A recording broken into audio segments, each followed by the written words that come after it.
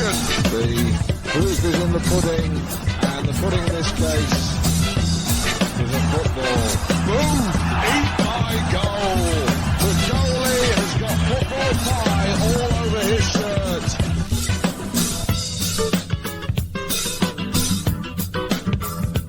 Welcome to this episode of the Down the Pub podcast. On this episode, Gary and I are joined by Halifax Wanderers assistant coach Jorden Feliciano. Welcome to the show, Jorden. Thanks for having me, Anthony and Gary. Appreciate it. Yeah, we're really excited. I thought it would be a great opportunity for the fans to kind of get to know you a little bit. We've had multiple interviews with Patrice now. It seems to be that he's doing an interview every second day at this stage. I don't know how he has time to actually coach the team with all this media work he's doing. So I thought it'd be a good idea for us to get to know you. And so I'm just going to ask you a few questions about your background. And then Gary is going to do the nerdy thing and get into the kind of technical tactic stuff, and I'll just step out on that one because I'm garbage at that stuff. So the first question: when Patrice had to come here, you obviously would have been a choice for the head coach role at Vaughan, I suppose. So why did you decide to come east with the gaffer? Yeah, I mean, on a personal level, I just finished my UEFA badges within the last 2 years, and I was really working hard to try to get a professional opportunity. And then when Patrice got this role, even when he was in the interview process, to be honest, he had already reached out to me and asked me if I would consider it. So right then, I was at a point in my career where I'm like, okay, I could stay at a club that I loved and I was super comfortable at, and maybe potentially get that opportunity to get the League One men's job. And look, they're playing CF Montreal now in the Canadian Championships. What a great start to my career that would have been. But then it's like, then what? Then I'm still in League One, and this is no disrespect to anybody in that League One role or the club, but I was ready to move on to somewhere where I have more resources. And when we get an opportunity to coach at a pro club, now I'm not working with guys that have to work during the day or students that are going to school during the day. I'm working with players that this is their profession, and I wanted this to be my profession. As much work as I was doing in the office and doing video and stuff like that at Vaughan, it was not the same when you don't have that individual player connection. And part of my coaching education was heavily based on that. So now I get to put what I learned into practice, which was a huge selling point for me. But then after that, meeting with Matt, hearing from Derek, doing my own research on the city of Halifax and the club specifically, talking to all the ex-players that I've coached and that I know that have played here, either for Halifax or for other clubs visiting, it was literally a no-brainer. And then lastly, Patrice and I have a great relationship, and we love the game, and we've spent many hours together across all around North America. And it was a great opportunity for us to kind of continue that relationship and cut our teeth together, because I think it was beneficial for him and me to do this together. Awesome. So you mentioned there about your UEFA licenses. You're up to your A right now, right?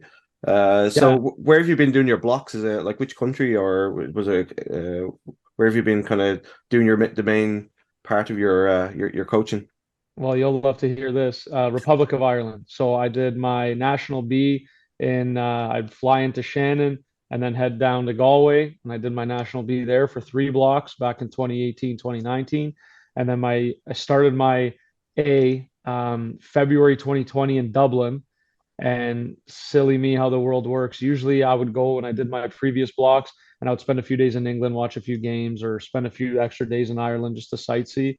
This one was a 4-day block, and I literally flew in the Monday morning and flew out the Thursday night when I was finished.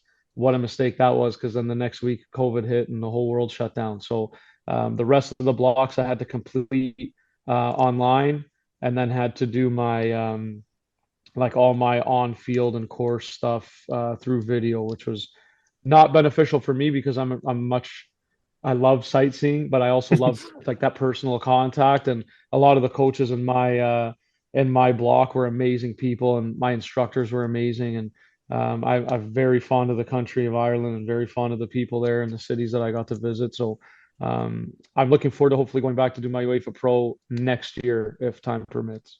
Nice. Yeah, I definitely noticed that Irish twins that's coming into your. I thought I was talking to Colin Farrell there for a second. So yeah.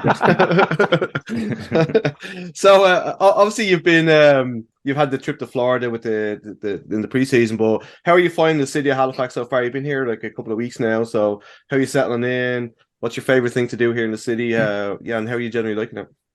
Yeah, I'm settling in very well, actually. My first weekend here, a friend of mine from Toronto came to visit, and him and I kind of like got to see all the sights and sounds that Halifax had to offer on the coldest weekend of the year.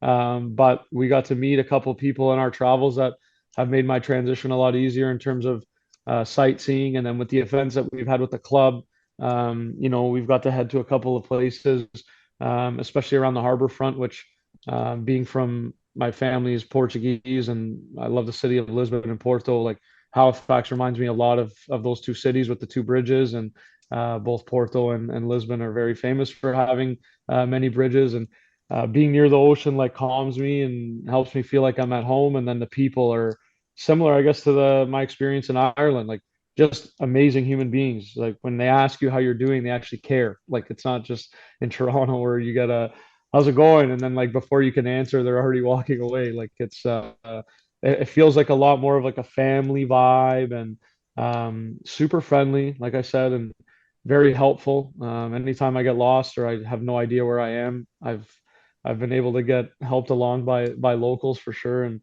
I don't need, I mean, the GPS is useless because I've gone 3 different ways to the office. I've gone 16 different ways to Wanderers Grounds. So I'm a little bit lost in that point, but I'm learning, I guess, all the main streets already. And like I said, it's just been a good introduction to the city so far. I just can't wait for the summer.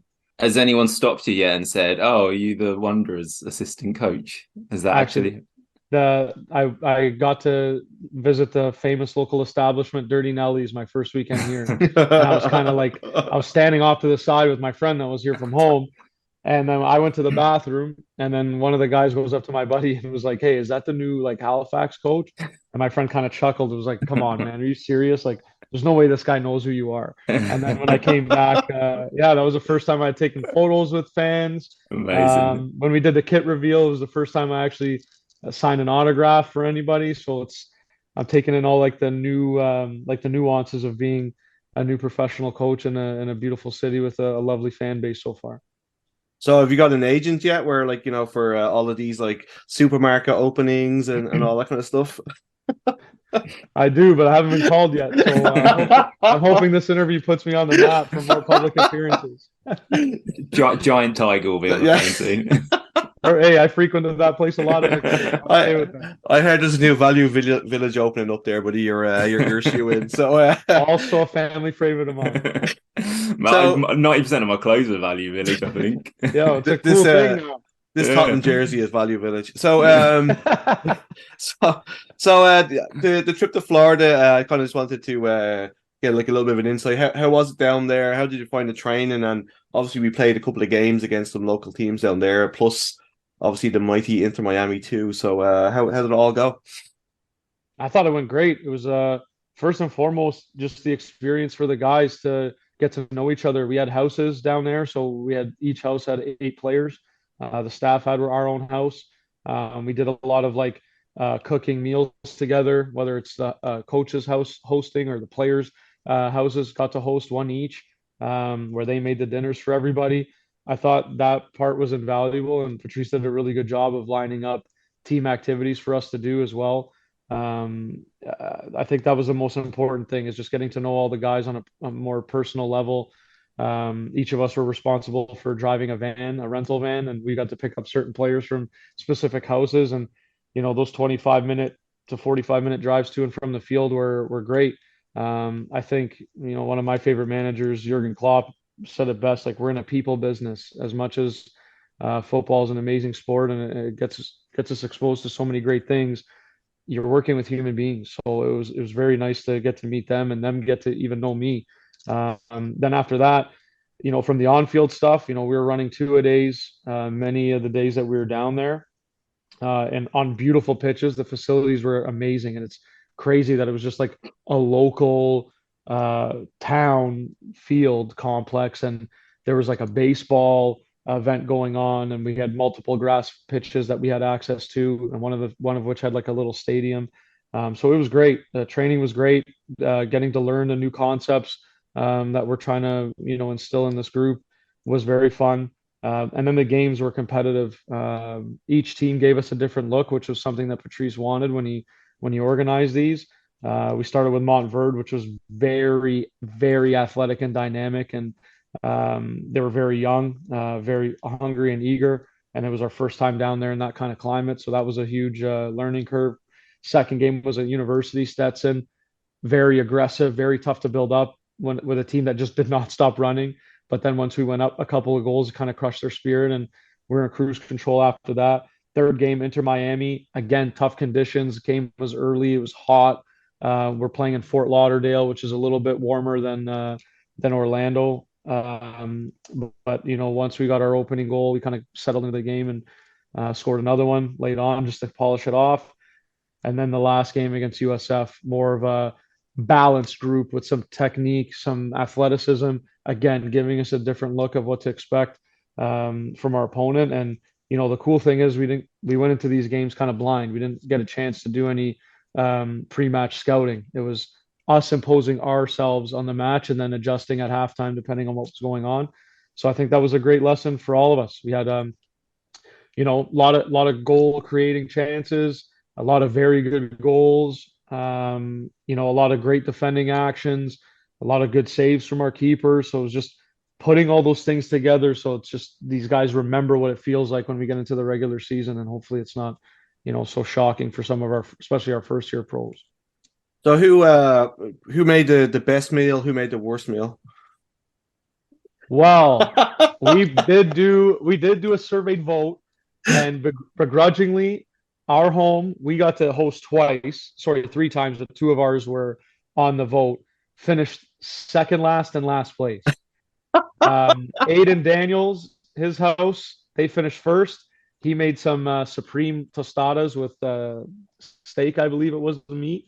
But anyways, his tostadas were amazing. They handmade the guac. Like, they did a really good job. But Jan's house did a great job as well.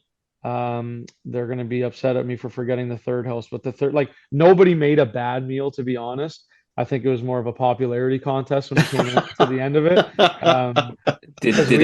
We only got two tostadas, by the way, and they were like this big. They were super small. So a lot of people left there hungry that night. Well, it's like the fine dining experience, right? Yeah, like tapas, like one of the expensive tapas restaurants. I'd like to lay some money on the fact that Callum Watson made beans on toast or something like that. I'm not even sure he knows how to cook, man. I have no idea if he knows. I don't even know what his task was.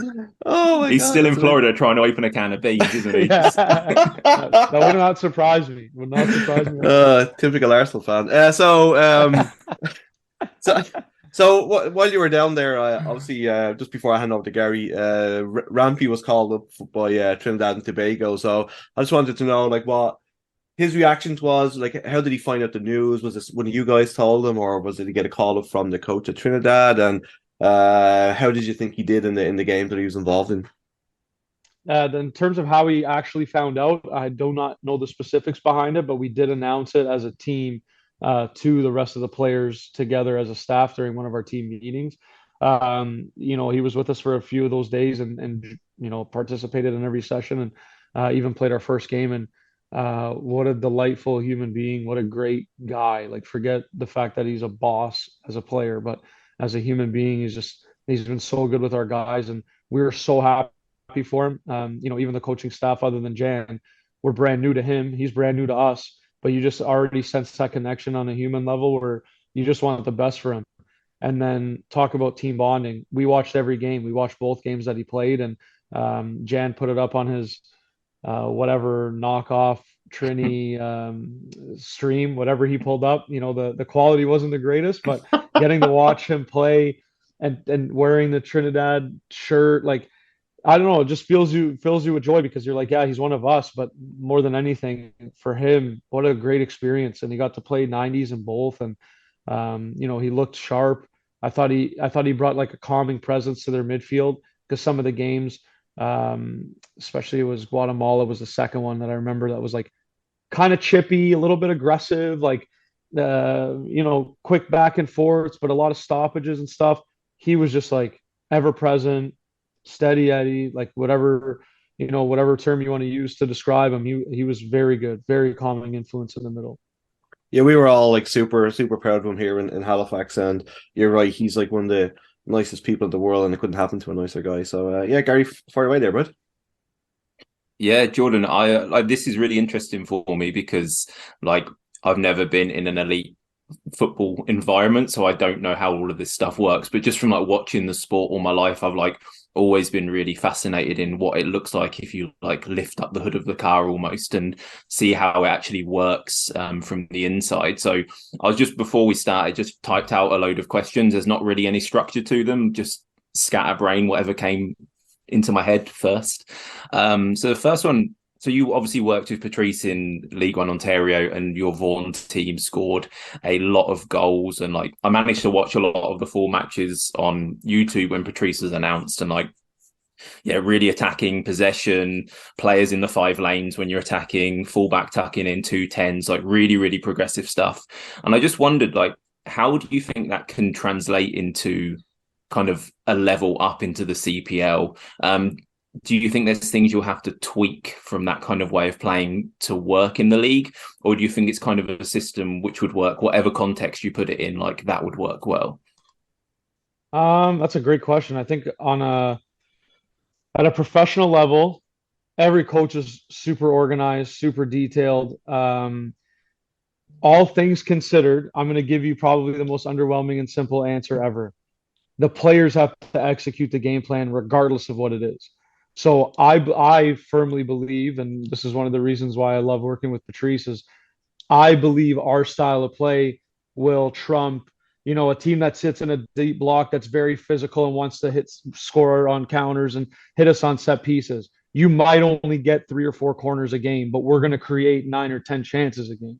So I'm going to play the odds that our 9 or 10 chances is going to get us more goals than your 3 or 4 set pieces. So at the end of the day, I believe that it's not just our philosophy. I mean, you look around world football, look at what Brighton's doing, look what Man City does. Like Patrice and I are both heavily influenced on not so much trends, but managers that are forward thinking, that have ideas that might not be conventional and they could be outside the box. We don't mind applying them. And if it doesn't work, we'll scrap it. But if it's something that we believe in, which is, let's say the world's worst kept secret, our 1-3-box-3 formation. Our 1-3-box-3 was very prevalent in League One. I know a lot of League One coaches that watch video because they're on YouTube and they're free, and they clip videos, and they knew that our fullback was going to invert. They knew that our 10s were going to come and collect off the shoulders of their 6s. Like, but you don't stop it if the quality of the players is super high. So we will always kind of like stick with our philosophy and make maybe slight adjustments of our defensive organization depending on who we're playing against. But our attacking organization is something we feel very strongly about. And as long as the players understand their roles and responsibilities and they execute in the game, we have full confidence that we'll be able to pick up points and have a successful season based on that. Yeah, for sure. It's about just trusting what you do, isn't it? And trust, and once the players see that you trust that this will work over the course of a season, this is repeatable, if we keep doing this, there will be results. You mentioned the 3-box-3 thing there as well, and like you said, it is a lot of teams are using it now. Like Pep's using it, City, Brighton use it as well. And I kind of wanted to talk about that idea because it is quite a modern idea, isn't it, of the left back inverting or the right back inverting. And I listened to a podcast called Modern Soccer Coach recently, and they were interviewing a college recruiter, and the college recruiter did that as well. And he said when he was recruiting left backs from high schools, he didn't recruit left backs, he recruited centre midfielders, because he said like the skill set they need is closer to what a centre midfielder needs to be able to do rather than a left back. So I was just wondering, like, what do you think? Why do you think that is becoming such a popular thing now? What are the benefits to having your left back invert? Is it like more in terms of possession or more in terms of stopping transitions? I mean, it's not necessarily specific to our left back, for example. Like we did a lot where we had two at the base of the midfield from the start of the match. So we might line up in a 4-2-3-1. So those two guys are already fixed. The box Mm. became developed where a winger would come in to be a 10 and our fullback would be the winger. So it's not necessarily specific to a left back or any other position player. When you talk about the structure of our attacking organization, it gives us cover, as you mentioned, if, in case we do lose the ball, that our back three isn't exposed and they're not going to be on their own, like on their own island, dealing with a front three potentially of the opposition if they play in a 1-4-3-3 or whatever orientation gives them a front three. It's also a lot about our buildup. What gives us a lot of options when you include our goalkeeper. You know, there's 6 players there that can pick up the ball between our goal line to the middle third. Like we have a lot of options and a lot of variations there with and a lot of flexibility, which I think is important in the modern game. So I wouldn't necessarily say it's specific to a player inverting. It's more the structure and how the team looks when we have the ball, and God forbid when we lose the ball. Yeah, for sure. And like when you lose the ball, that's another thing I'm really interested in because again, I've never been like in a professional environment, so I have no idea. Like as a coach who's working on the training ground with the players, like you hear like coaches and pundits talking about like getting back into shape during defensive transitions. So say you lose the ball high up the pitch, like how in like layman's, like how do you coach like during the defensive transition phase? How do you coach that? Like, do you is it literally as specific as you do drills where your 10 loses it and then everyone has to like kind of get compact and back into position as quickly as possible? Or is it more just like repeating those movements again and again throughout the week? I'm a firm believer that like the game is the teacher. So when we play at the end of the sessions, like there, to your point, there are activities that we use where we will manufacture a loss of possession and then the reaction. But in the sessions, I think a lot of it happens live. Like while the ball's being lost, the ball might be on the right side of the field, but I'm looking at the players on the left side of the field and how they react and how they behave. And there's nothing worse than getting called out like by name in the middle of the session while the ball's going down the other side of the field. So I think that is more kind of we don't necessarily do a lot of like stop, hold it there, balls here, you go here in the defensive transition phase. That's more of a ball's lost. Are we trying to win it back or are you trying to get back and cover? If it's a corner or a set piece somehow and you're not in your position, you are actually looking for cover. You're looking to delay the opposition so that guys can get back in position because, as most teams do, you send your taller players in for a corner. Well, those taller players sometimes are your center backs. So, we have to have players that are equally adept at stopping counterattacks in positions that are not traditionally theirs, like a fullback being last man back to a center back. So it's more, it happens live. It happens live during the sessions and not necessarily with designed activities, but just specifically we work on it during the games. Yeah, you say that. I watched Man City Liverpool at the weekend, and the exact thing happened to City. And the person that cut out the last ball was Jack Grealish, who is the last person you'd expect to be like the final man tracking back and defending. So you need like those different types, don't you, doing the dirty work to stop that from happening. I was wondering next, like if I kind of named different positions or roles or whatever in the team, if you could talk to me about like what you see a player who plays there in a Jorden Patrice team, like what qualities they need to work in that position and what their physical attributes are, what their technical attributes are and things like that. So if you think about what you and Patrice like your team to look like, what does a centre forward need to be able to do?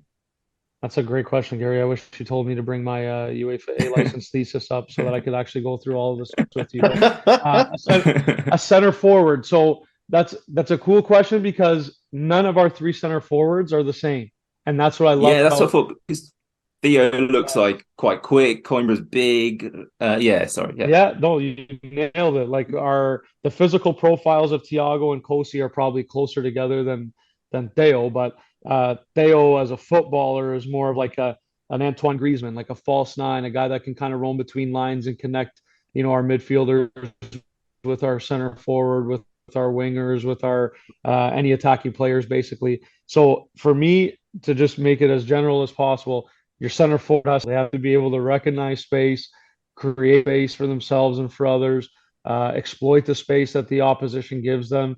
So when I say that, I mean like it's like a run past the last line. Like go and ask for a long ball. Go and ask for maybe a through pass that's a little bit deeper than what we normally do. Like everyone wants to pass to the top of the 18-yard box, but I don't know if you know anything about space. When you get to the top of the 18, space is at a premium. There's less. So that last pass has to be precise. That last action to goal has to be precise. It's a lot more difficult. So, like I said, just to make it as simple as possible, we need someone that's able to recognize space, recognize when to exploit it, when to check into it to receive, and then be able to combine, be able to dribble, be able to be a playmaker, be able to be comfortable being in other spaces other than the center of the park. So if you make like an inside to outrun towards the corner flag, you got to be like a winger where you can beat a man 1v1 and serve across, or cut the ball back to a player like arriving late at the top of the box. So we look for flexible players that aren't necessarily one specific profile, and we like to work with multiple profiles in that position.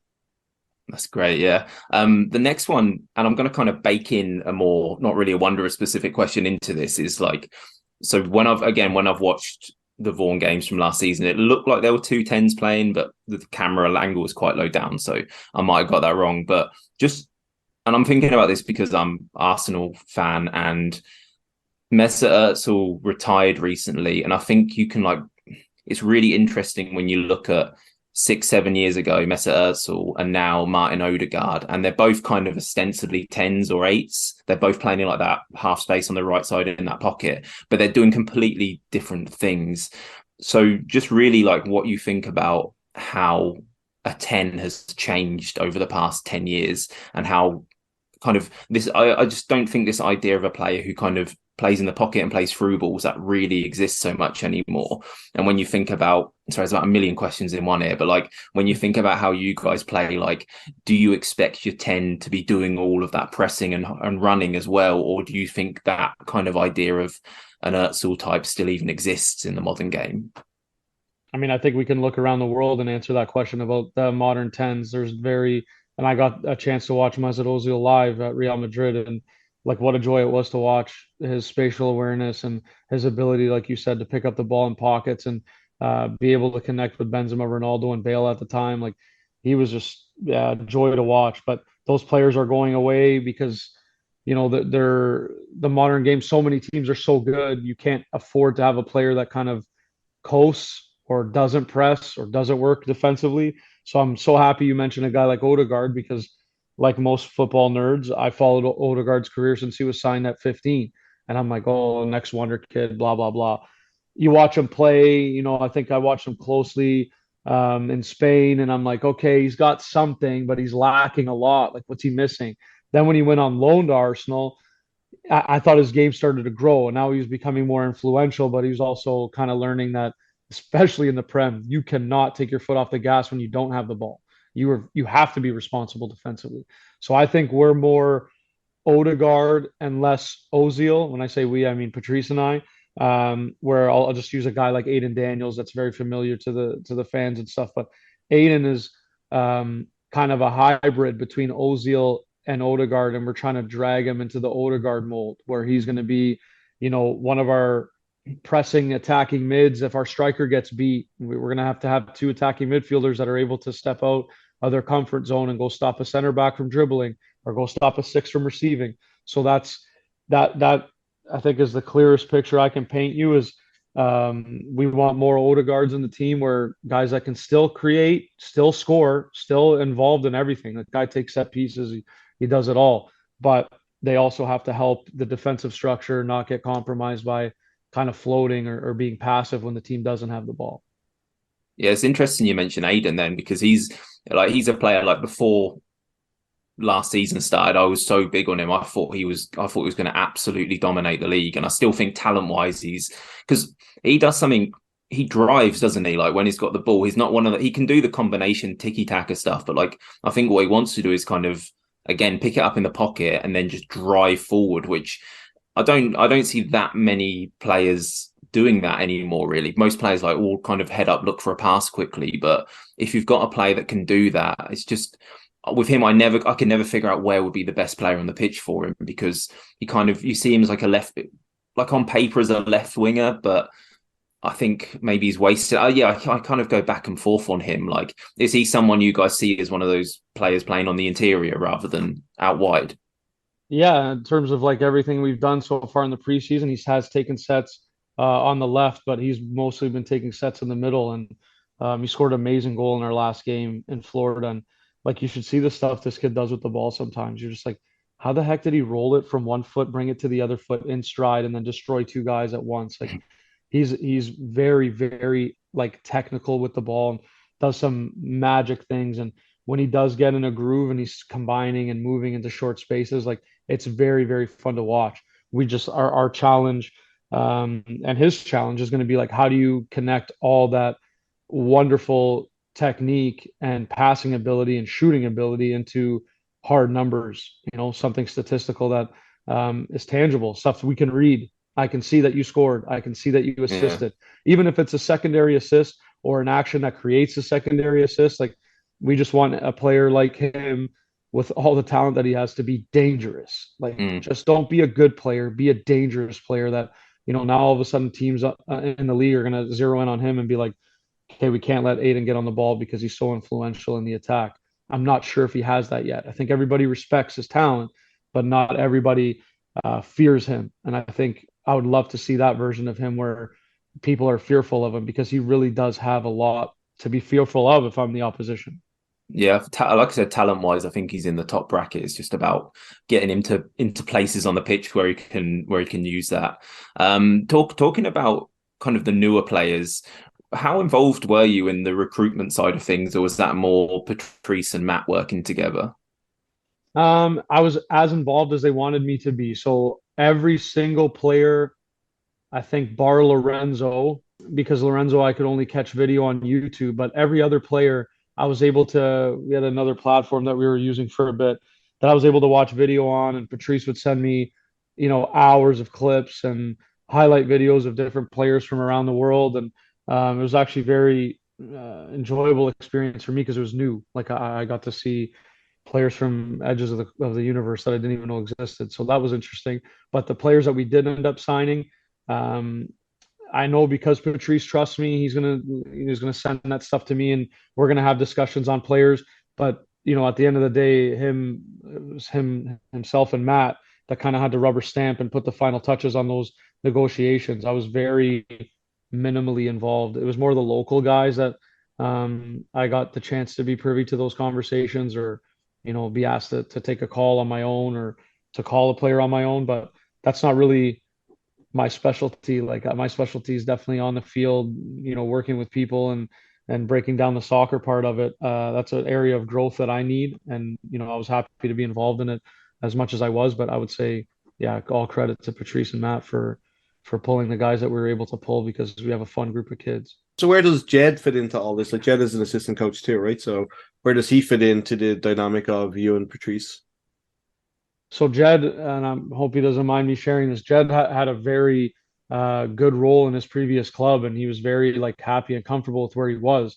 So that was more of a that came a bit later. Like the team was kind of already formed, more or less, when he kind of came on board.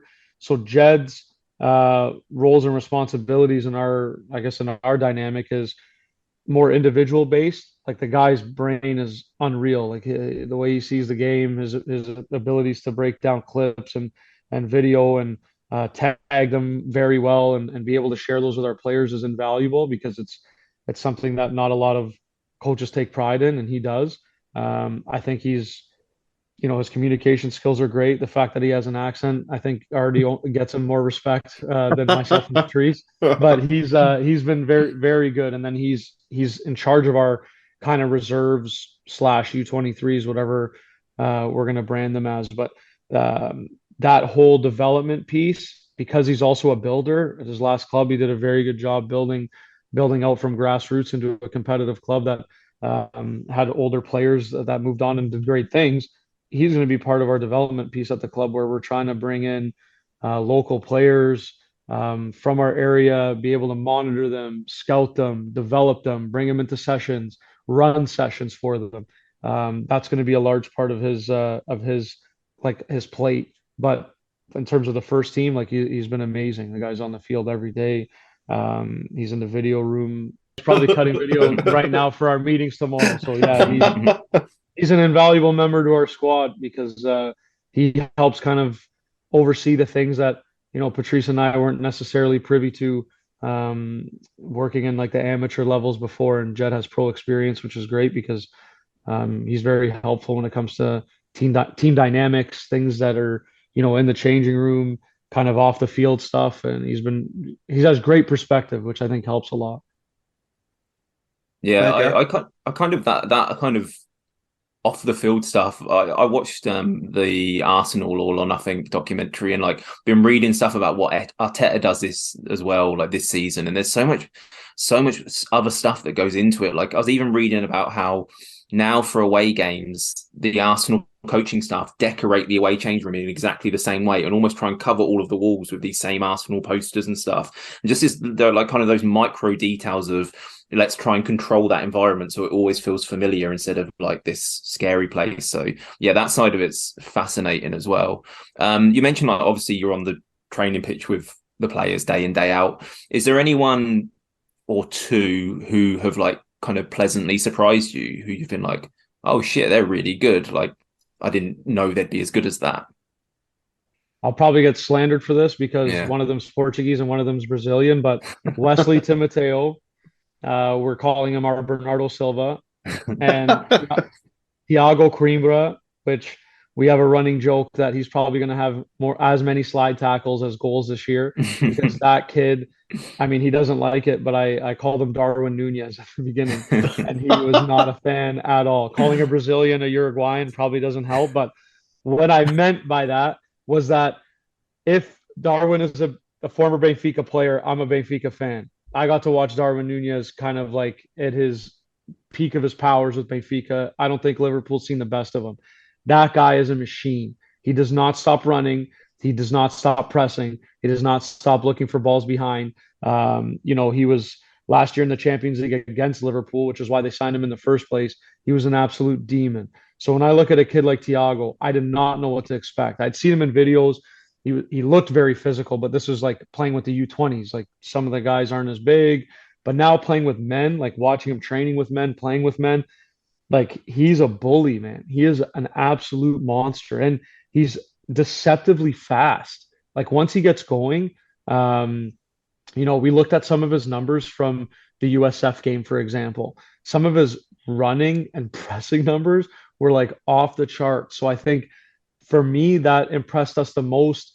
And for me specifically was just like, I didn't know what to expect. And as you frame the question, he pleasantly surprised me because he is a younger player, but he's not cut from the same cloth as some of the Canadian kids. Like he is raw, gets after it, wants to fight, compete, win everything, whether it's rondos, soccer, tennis, whatever the game is. He's super competitive, and like I love watching him, and I love his enthusiasm. And for a guy who, I think he wouldn't mind me sharing this. Like we think technically he has to develop a bit more, like with the ball at his feet. But the kid scored 3 goals, assisted 1, and then scored another 2 in 3 matches. So it's like, he's got something. There's something there that he has potential to be very, very special if he keeps up on this path. And he's very keen to learn, which is great. And then to go back to Wesley, like Wesley's like an everyman. Like he does everything. The guy takes corners, free kicks, can shoot with his left. He's left-footed. Scored a goal with his right foot in our inter squad game the other day. He's just a joy to watch. Like whether he's playing left wing, attacking mid, right wing, left back. We had him pegged as a left back at the start of the season before we got Ryan James, and now like moving him up, I think has been such a joy for us, and I'm sure for him too, because now he's closer to goal and he's creating goals, scoring goals himself. He scored against Inter Miami to finish the game off. So he's just and this might sound super stereotypical, but he looks like a Portuguese player. He's very clean. He's very tidy, very technical, understands space himself. He doesn't do anything like off the charts special, but he just does everything at a very, very consistent and high capacity. So those two probably have been the most surprising for me. But I mean, it sounds corny to say because everybody is new to me other than the guys from Vaughan and the guys that were here last year that I was able to scout. But those two specifically jump out right when you asked me that. Yeah, I love that. I mean, Coimbra, like you don't go through the Palmeiras academy who have just produced Endrick, who's going to Real Madrid for however many million. Nottingham Forest signed a guy from their academy recently as well. So it's obviously like as like an education, that's as high as you can get really in world football. So he's gonna have the tools. And Timoteo, even for Edmonton last year was a productivity monster. Like the goals and assist numbers he was putting up for a team who were pretty poor, like that kind of like stands out straight away as someone who, if you put him near to goal, he's gonna make something happen. So yeah, I'm delighted he's back. I've only got like a couple more questions and then I'll put you back over to Ant or let you go.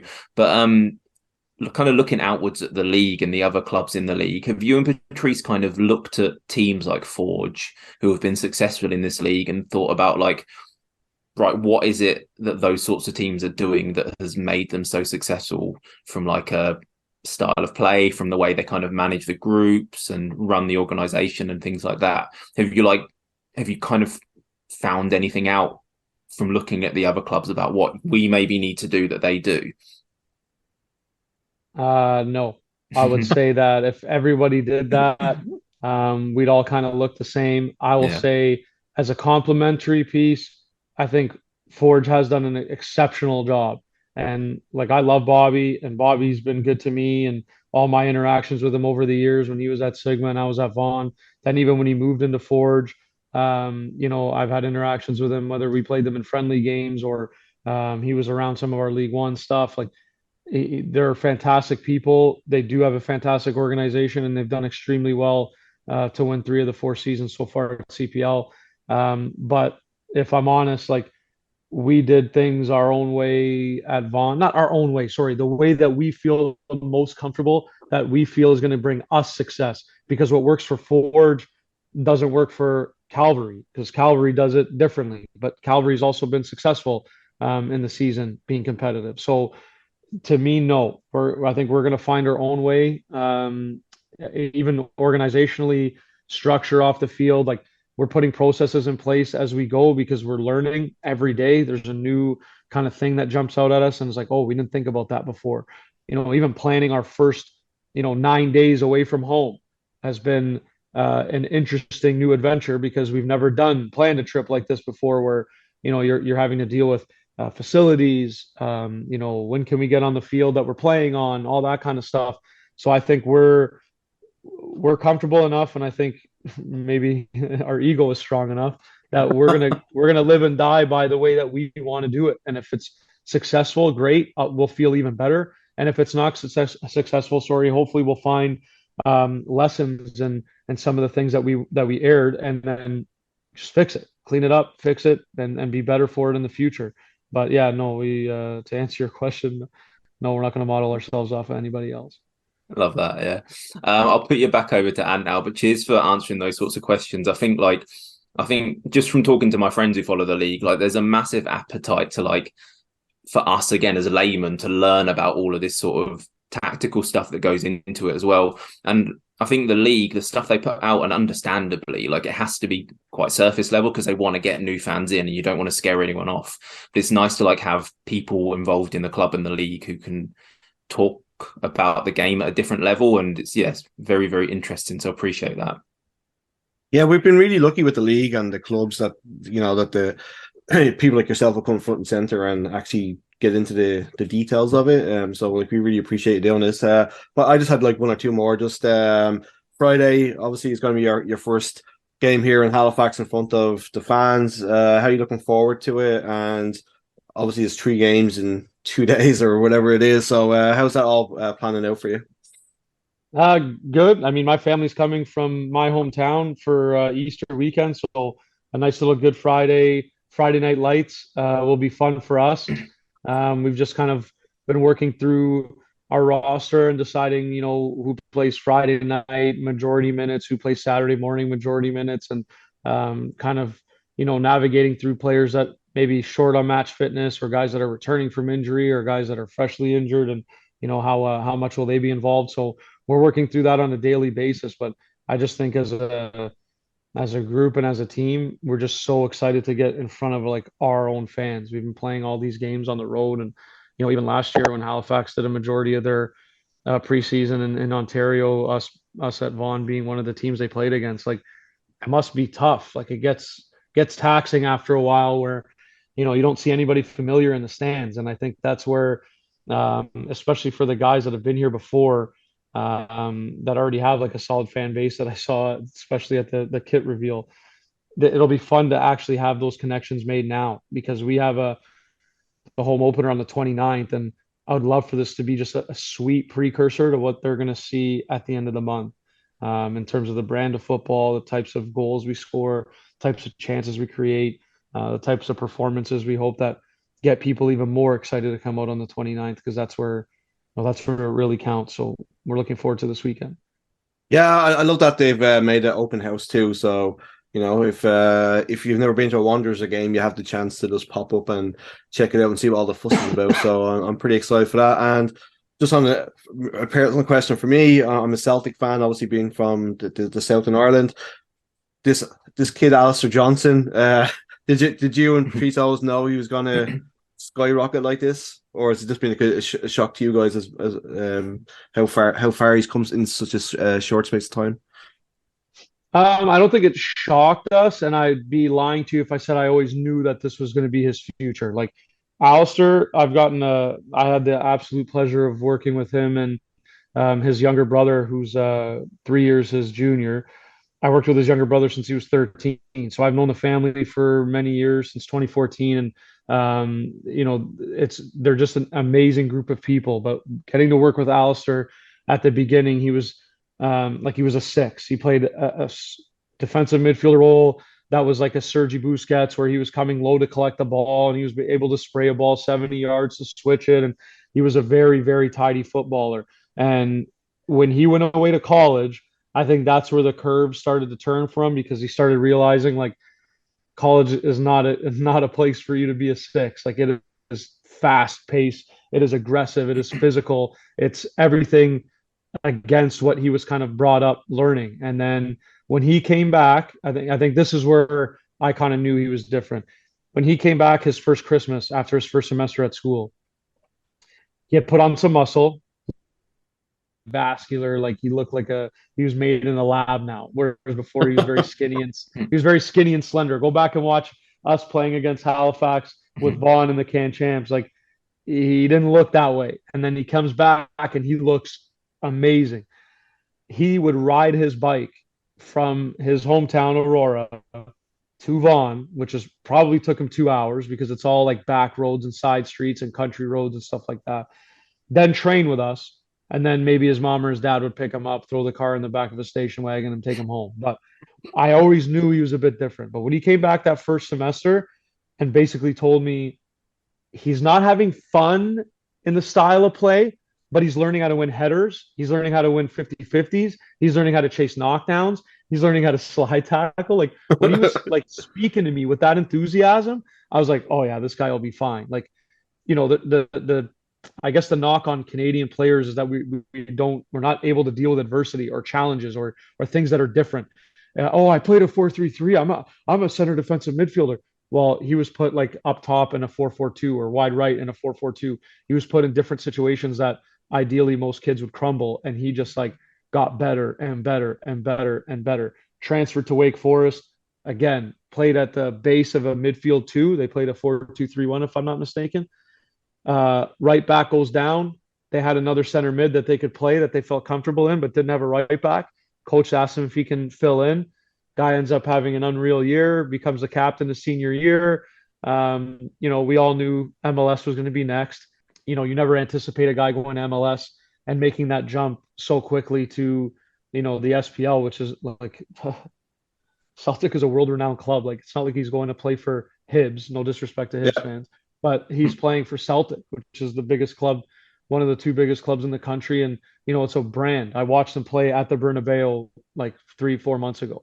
So, yeah, did I always know that he would end up where he was? Maybe not as quickly as it happened, but I always knew that he was different. And a kid with that kind of determination and that kind of ability to learn and want to learn, man, like, you're setting yourself up for success. So I'm so happy with the success that he has had, because like, genuinely and truly, he earned it.